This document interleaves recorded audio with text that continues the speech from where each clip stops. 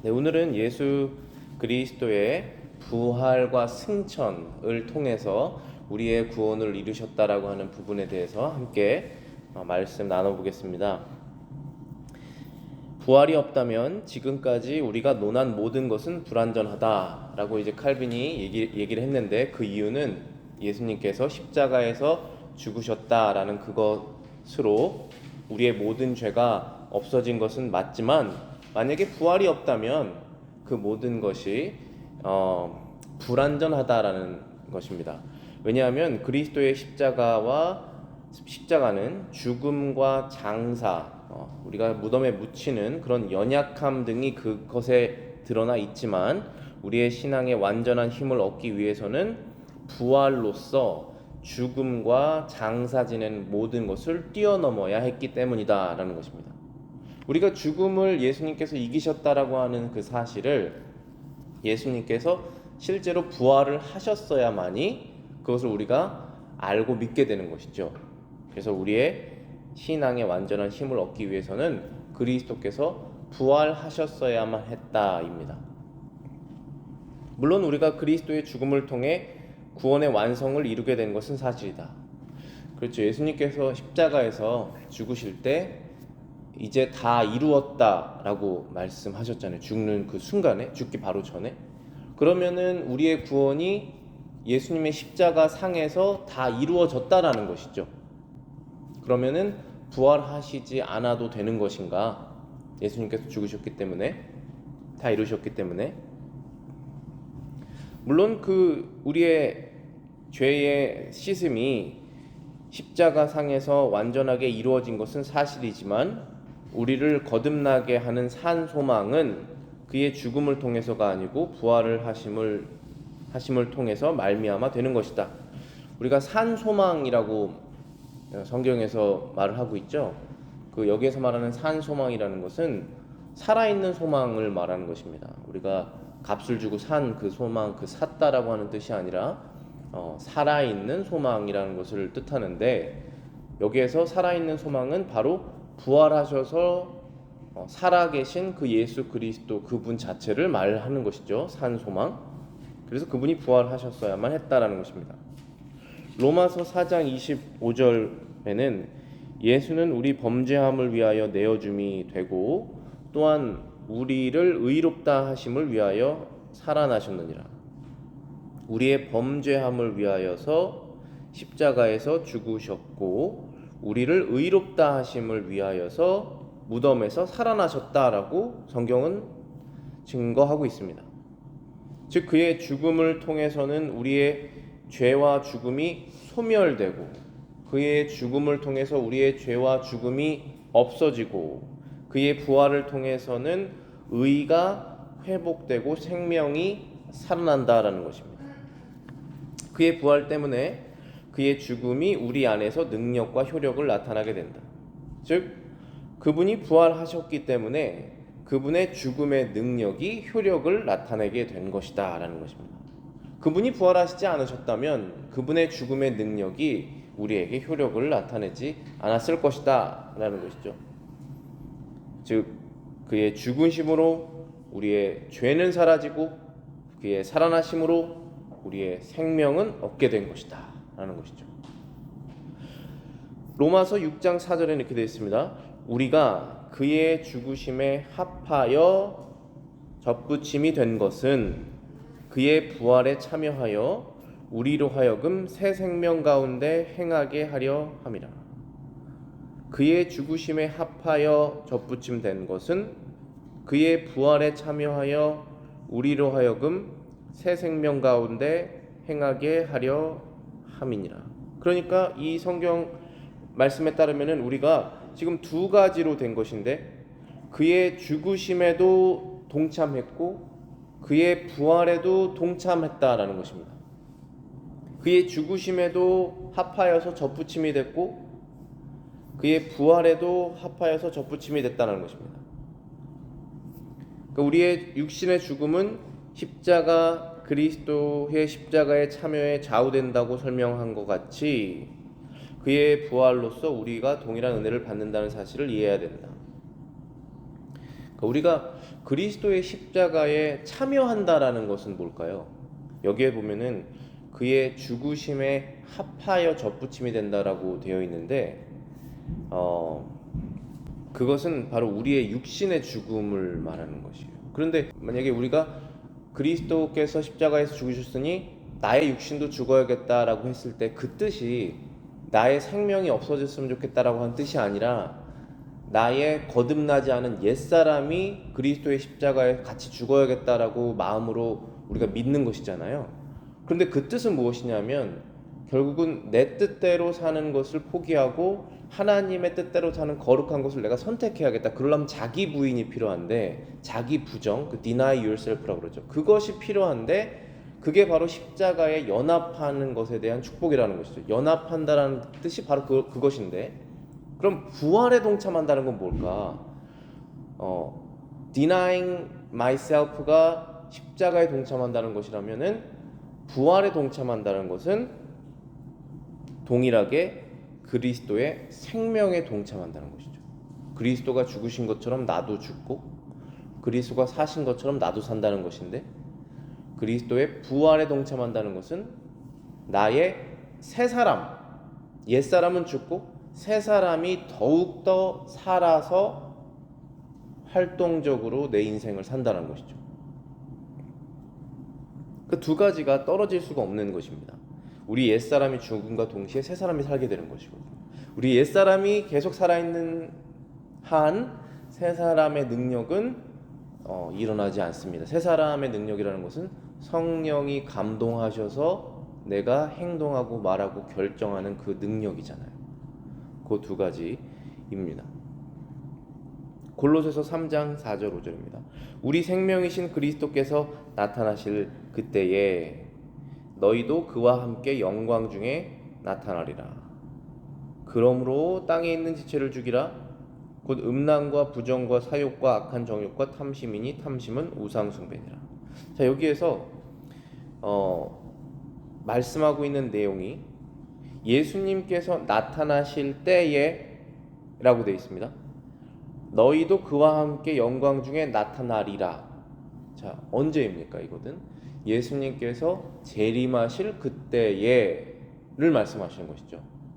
예수님께서 마리아에게서 성육신한 그때가 아니라 나타나신다, 다시 나타나신다라는 것은 하늘에 하나님 우편에 앉아 계시다가 내려오실 그때에 라는 것이죠.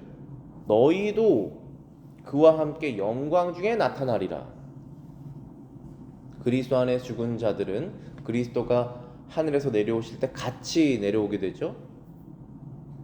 그러므로라고 되어 있습니다. 여기에서 그러므로는 영광 중에 그리스도와 함께 나타날 것이기 때문에, 그러니까 땅에 있는 지체를 죽여라 라고 말씀하시는 것이죠. 그러니까 우리가 이렇게도 말할 수 있죠. 십자가상에서 그리스도께서 너희의 죄를 위해서 죽으셨기 때문에 너희의 지체를 죽여라 라고 말씀하실 수도 있고, 너희가 이제는 살아서 영광스러운 그 영광에 동참할 사람들이기 때문에 옛사람을 죽여라 라고 말할 수 있는 것이죠. 그러니까 똑같은 것입니다. 십자가의 죽음과 무덤에서의 부활이 우리에게 똑같은 영향력을 주고 있다는 것이죠. 그것은 우리의 옛사람이 죽고 새 사람이 사는 바로 그 은혜입니다. 영광 중에 우리가 그리스도와 함께 나타날 사람들인데 아직도 옛사람대로 살면 안 되지 라고 우리의 믿음의 생각이 나가야 되는 것이죠. 땅에 있는 지체를 죽이라. 음란과 부정과 사욕과 악한 정욕과 탐심이니 탐심은 우상 숭배니라. 자, 이러한 것들이 우리의 마음속에서 순간순간 일어나서 우리를 유혹해서 옛사람으로 다시 돌아가게 만들지 않습니까? 그때 다시 회개하는 마음으로 돌아가서 다시 하나님께 회개하고 내 안에 있는 성령님의 도움을 얻어서 새 사람으로 살아가야 된다는 것입니다. 즉 우리는 다시 살아나신 그리스도를 본받음으로써 새로운 삶을 추구해야 할 뿐 아니라 그의 부활의 권능을 통하여 의롭게 거듭났다는 것을 기억해야 된다. 우리가 다시 살아나신 그리스도를 본받아야 된다. 그러니 새로운 삶, 새 사람의 삶을 추구해야 된다는 것이 우리에게 주시는 교훈이지만 거기에서 한 발 더 나아가서 그 부활의 능력을 통해서 우리가 의롭게 거듭났다는 것을 기억해야 됩니다. 그러니까 여기에서 말하고 있는 음란과 부정과 사욕과 악한 정욕과 탐심, 이러한 욕심과 음란과 악함과 우리 마음속에 일어나는 이런 죄들을 우리가 이길 수 있는 능력은 없지 않습니까? 그런데 이 이길 수 있는 능력이 부활하신 예수 그리스도의 권능을 통해서 우리가 이길 수 있다는 사실을 기억해야 된다고 말하고 있는 것입니다. 그의 부활의 권능을 통해서 우리가 의롭게 거듭난 사람이니 이러한 것에 다시 매일 필요가 없구나라는 사실을 기억해야 된다는 것입니다. 그리스도께서 무덤에서 부활하셨다는 사실, 지금 천국에 승천하셔서 살아 계시다고 하는 그 사실을 우리가 기억하고 우리가 그분과 연합되었다는 사실을 기억해서 나를 다시 무덤으로 끌고 가는 그 죄를 우리가 이길 수 있다는 것입니다. 그리스도의 부활의 권능에 동참한 사람들이다라는 것을 우리가 기억하여야만 이길 수 있다라는 것이죠.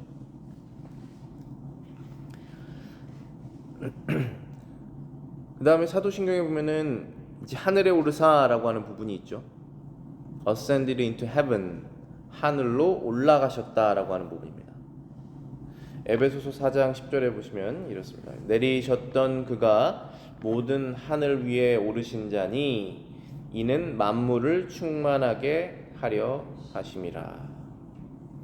내리셨던 그가, 하늘에서 땅으로 내려오셨던 예수 그리스도가 모든 하늘 위에 오르신 자니, 하늘 끝에, 하늘 위에 있는 그 하늘, 하나님의 나라에 오르신 바로 그분이니 만물을 충만하게 하려 하십니다. 죽은 사람이 부활하여서 땅속 깊은 곳에 내려갔던 그분이 부활하셔서 하늘 제일 높은 곳으로 올라가신 그분은 바로 유일하게 예수 그리스도밖에 없으시죠. 그분은 만물을 충만하게 하시기 위해서 올라가신 것이다 라는 뜻입니다. 자, 이 말씀이 모순되는 것처럼 보이지만 그가 지상에서 한 육신으로 국한되어 있는 것보다 떠나가는 것이 그의 임재를 더욱 효과적으로 하는 것이다. 제자들이 예수님께서 이제 십자가에서 죽으실 것이다라고 하는 사실, 또 나는 이제 아버지의 집으로 간다라고 하는 그 사실을 들었을 때 제자들이 그걸 반기지 않았죠. 우리 옆에 계셔달라는 얘기를 계속 하였습니다. 베드로는 죽으시면 안 된다 이렇게 얘기해서 그것은 마귀의 유혹이다라는 예수님의 말씀도 들었죠. 마귀야 내 뒤로 물러가라 그렇게 말씀을 하셨잖아요. 그런데 예수님께서 하늘로 올라가셔야만 만물이 충만된다는 사실을 성경은 증명하고 있는 것입니다. 왜냐하면 예수님께서 육신을 가지고 우리 옆에 계실 때는 국한된다는 것이죠. 육신을 가지고 여기에만, 이 자리에만 있을 수밖에 없는 것입니다. 그러나 하늘에 올라가셨을 때는 온 세상을 한 번에 다스리시고 임재가 프레젠스잖아요. 같이 있는다는 뜻이거든요. 지금 예수님께서 육신으로 계시면 여기에 우리랑 같이만 계실 수 있지만 옆 동네는 같이 있을 수가 없잖아요. 옆 나라는 같이 있을 수 없잖아요. 나사렛에서만 같이 있을 수 있었지 않습니까? 예루살렘만 같이 있을 수 있고, 근데 하늘에 오르셨어야만 전 세계에 있는 모든 사람들에게 자신의 임재를 더 효율적으로, 효과적으로 하실 수 있었다. 그래서 하늘에 오르신 것이다라고 성경이 증명하고 있는 것입니다. 요한복음 7장 39절입니다. 그러나 내가 너희에게 실상을 말하노니 내가 떠나가는 것이 너희에게 유익이라. 자, 이렇게 말씀하신 이유가 떠나가지 않으셨으면 좋겠다라고 제자들이 생각하고 있었기 때문에, 떠나가지 않으시는 것이 우리에게 유익하다라고 그들은 믿었기 때문에 이렇게 말씀하신 것입니다. 떠나가는 것이 너희에게 유익이라. 내가 떠나가지 아니하면 보혜사가 너희에게 오시지 아니할 것이요 가면 내가 그를 너희에게로 보내리니. 예수님께서 하늘에 오르셔야 하지만 그 후에 성령께서 은혜를 보좌해 주시는 그분께서 내려오신다는 것이죠. 즉 그는 떠나가시지만 고아와 같이 제자들을 버려두지 않으시고 보이지 않지만 더 좋은 방법으로 다시 오실 것을 말씀하시면서 그의 육체적 부재에 대해 제자들을 위로하셨다. 예수님께서 하늘로 오르신다는 사실이 제자들을 고아처럼 버려두지 않는다는 것이죠. 비록 예수님은 이제는 우리 눈에 보이지 않지만 보이는 것보다 더 좋은 방식으로 오실 것을 말씀하고 계시다.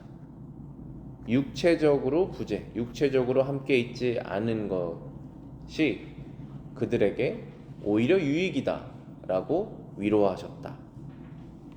마태복음 28장 20절입니다. 볼지어다 내가 세상 끝날 때까지 너희와 항상 함께 있으리라.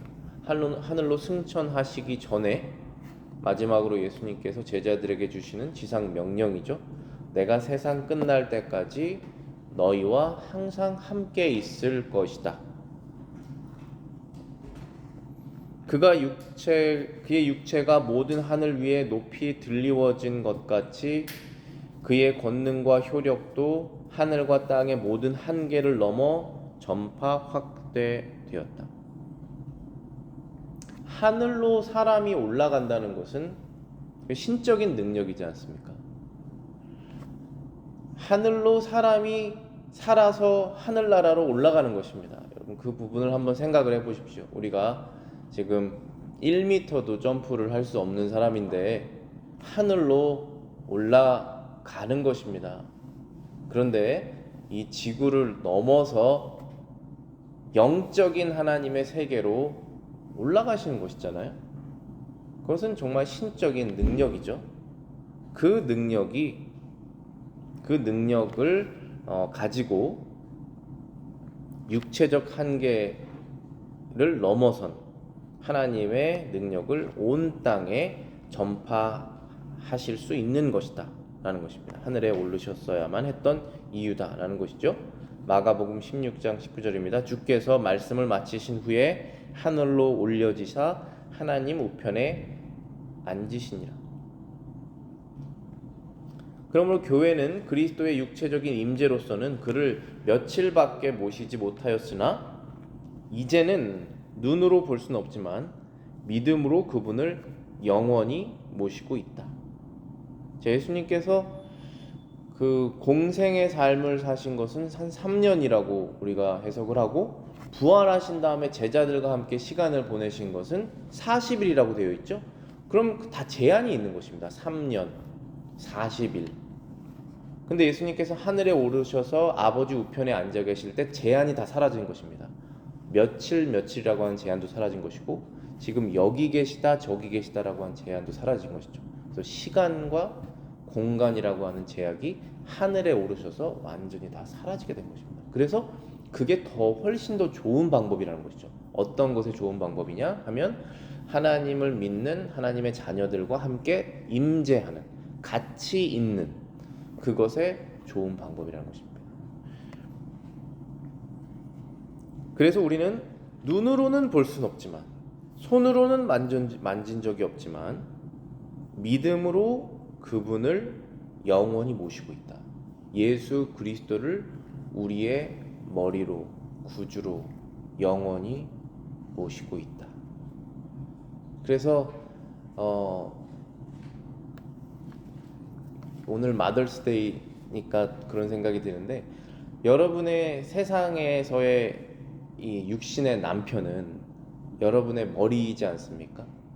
근데 그 머리가 잘못되면 얼마나 몸이 고생을 합니까? 머리가 올바른 방향으로 이렇게 인도를 해야지 몸이 따라가는데 얼마나 고생을 합니까? 그런 부분에 있어서 남편들은 하나님께 다 회개를 하고 예수 그리스도를 또 남편의 머리로 삼아서 자기 자신의 그 남편의 머리로 삼아서 올바른 머리가 돼야겠죠. 그러나 믿지 않는 남편을 두신 분이나 아니면은 그리스도인 남편을 두신 분이라도 남편이 올바른 영적인 리드를 못할 때 바로 여러분의 머리가 바로 예수 그리스도이라는 사실이죠. 그분은 영원하신 분이시고 틀림이 없으신 분이시고 언제 어디에서나 우리의 영적인 남편이시기 때문에 우리의 방향과 길을 인도하시고 필요한 모든 영적인 것들을 공급하실 수 있는 분이시라는 것이죠. 그래서 교회의 머리이자 교회의 신랑이 예수님이 되시는 것입니다.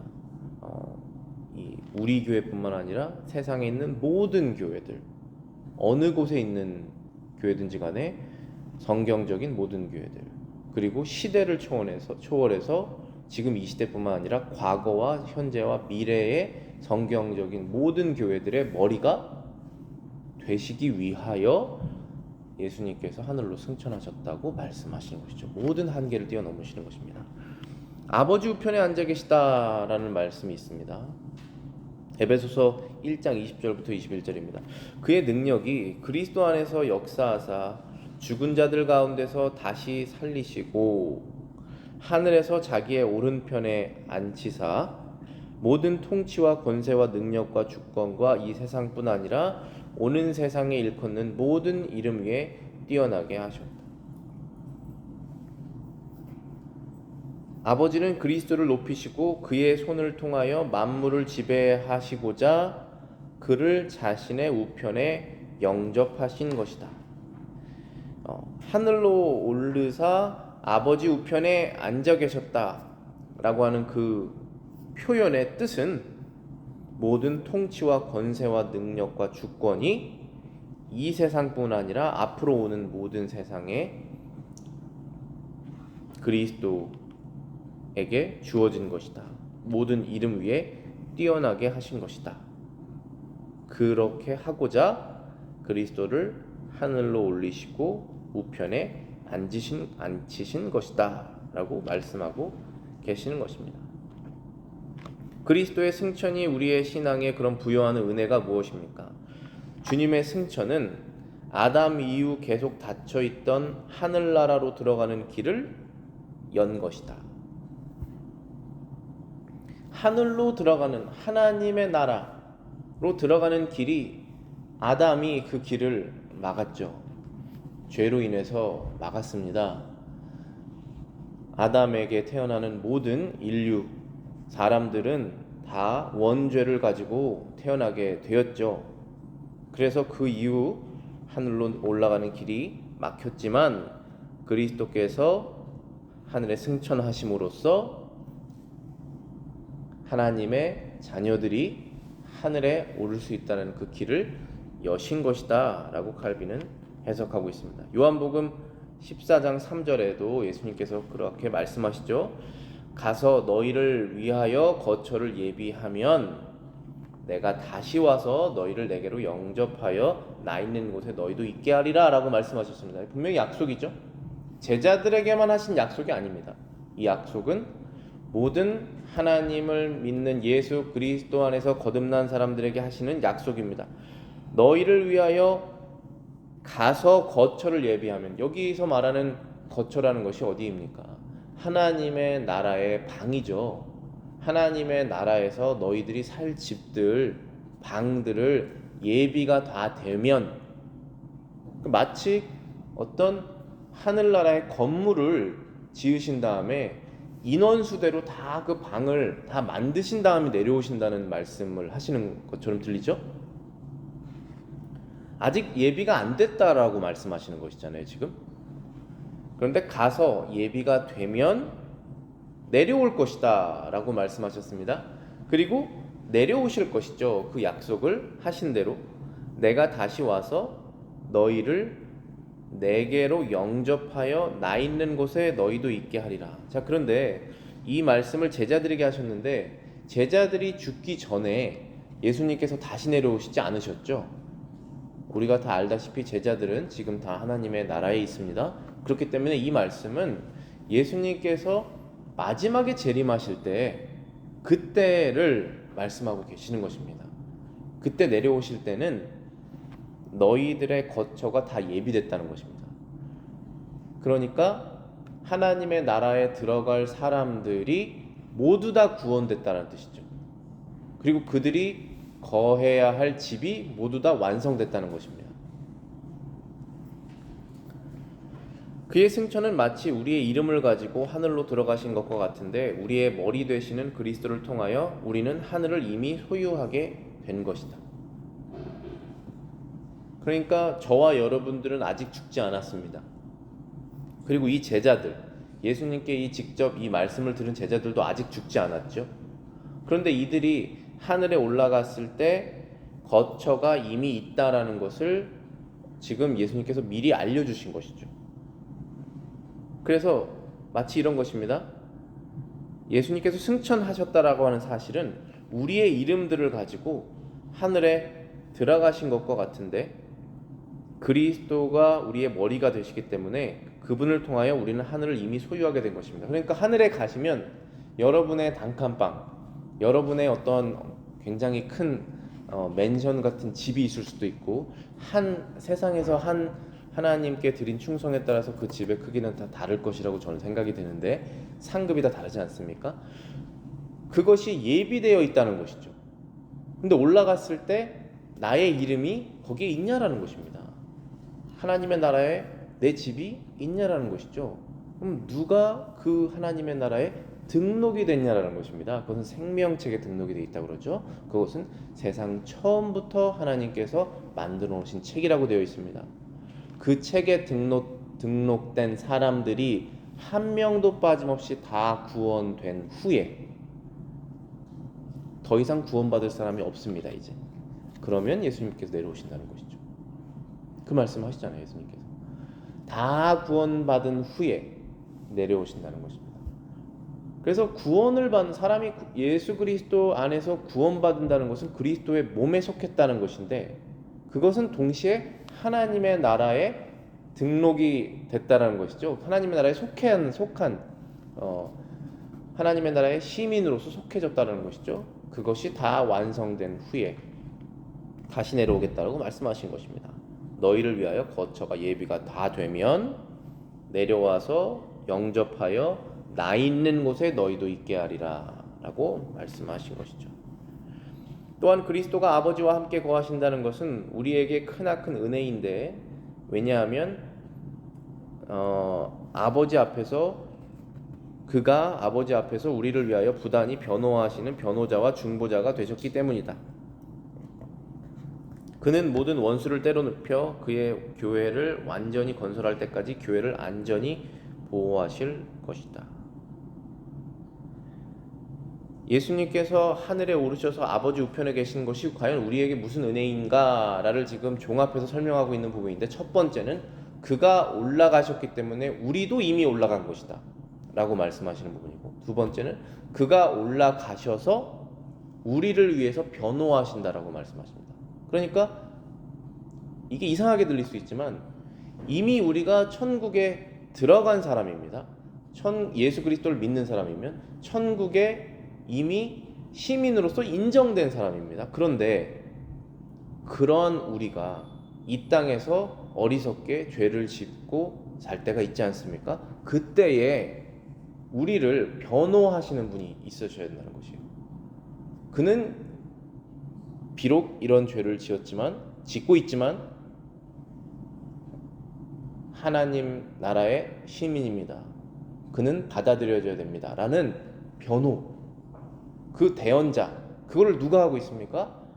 아들이 아버지에게 하고 계시다라고 말씀하시는 것입니다. 한번 볼까요? 로마서 8장 34절에 그렇게 되어 있습니다. 누가 정죄하리요? 죽으실 뿐 아니라 다시 살아나신 이는 그리스도 예수시니 그는 하나님 우편에 계신 자요 우리를 위하여 간구하시는 자시니라. 이제 아무도 우리를 정죄하여서 지옥으로 떨어뜨릴 수 없다라고 하는 것입니다. 우리를 정죄할 수 없다. 왜냐하면 죽으실 뿐 아니라 다시 살아나시니 그리스도 그는 하나님의 우편에 앉아 계셔서 우리를 위해서 간구하신다. 우리를 위해서 기도하신다. 우리를 위해서 중보하고 계시는 분이시기 때문에 그리스도가 우리를 버리시지 않는 한 아무도 우리를 정죄할 수 없다 라는 것입니다. 그리스도께서 살아 계시는 한 우리는 정죄당할 수 없다는 것입니다. 왜냐하면 우리의 모든 죄가 그리스도께서 지셨고 우리의 모든 의가 그리스도의 부활로서 우리에게 얻어졌기 때문에 그렇다는 것입니다. 고린도전서 15장 25절에 보시면 그가 모든 원수를 그 발 아래 둘 때까지 반드시 왕노릇 하시리라. 그가 모든 원수를 발 아래 둘 때까지. 그럼 지금은 아니라는 것이죠. 그러면 어떤 원수가 아직 발 아래 있지 않습니까? 죽음이죠. 사망입니다. 그리고 마귀죠. 마귀와 사망이 아직도 세력을 이 땅에서 끼치고 있기 때문에 그때까지 예수님께서 왕으로 계시다가 내려오셔서 사망과 마귀를 지옥으로 던지신 다음에 그 세상에 있는 모든 것들을 다 아버지께 드리게 될 것이다 라고 성경은 예언하고 있습니다. 그래서 그때까지 예수님께서 아버지 옆에서 모든 것을 다스리고 계실 것이다. 그리고 내려오실 것이다 라고 말씀하시는 것입니다. 기도하겠습니다.